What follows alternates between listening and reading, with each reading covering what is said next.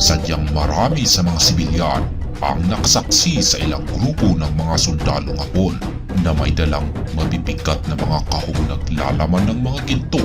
Ayon sa karamihang saksi, karaniwan nilang nakita ang mga sundalong Hapon na bitbit ang mga mabibigat na kahon habang sila ay naglalakbay sa kaloob-looban na bahagi ng bundok. Makalipas ang ilang araw at sila ay bumalik, muli silang nakita ng mga saksi. Ngunit sa pagkakataon na ito ay wala na silang nakitang mabibigat na dala ng mga sundalong Hapon. Sadyang maraming mga kayamanang deposito ang ibinaon ng mga sundalong Hapon na nakapaloob sa mga kahong lalagyan. Batay sa aking mga karanasan, marami sa mga kahon na ito ay ang kanilang mga kahong lalagyan ng mga bala. Ang larawan na ito ay isang magandang halimbawa ng kahon na ginamit ng mga sundalong Hapon bilang lalagyan ng kanilang mga itinagong kayamanan.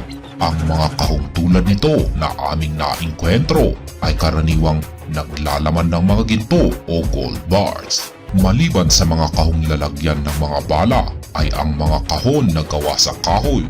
Ang mga kahoy na kahon ay dating lalagyan ng kanilang mga pagkain, medisina at ibang mga pangangailangang gamit. Pero imbes na itapon ang mga kahon, ito ay kanilang ginamit.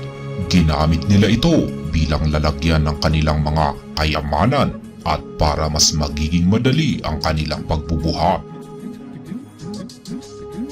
Ang isa pang uri ng mga kahong lalagyan na ginamit ng mga sundalong Hapon ay ang mga konkretong kahon.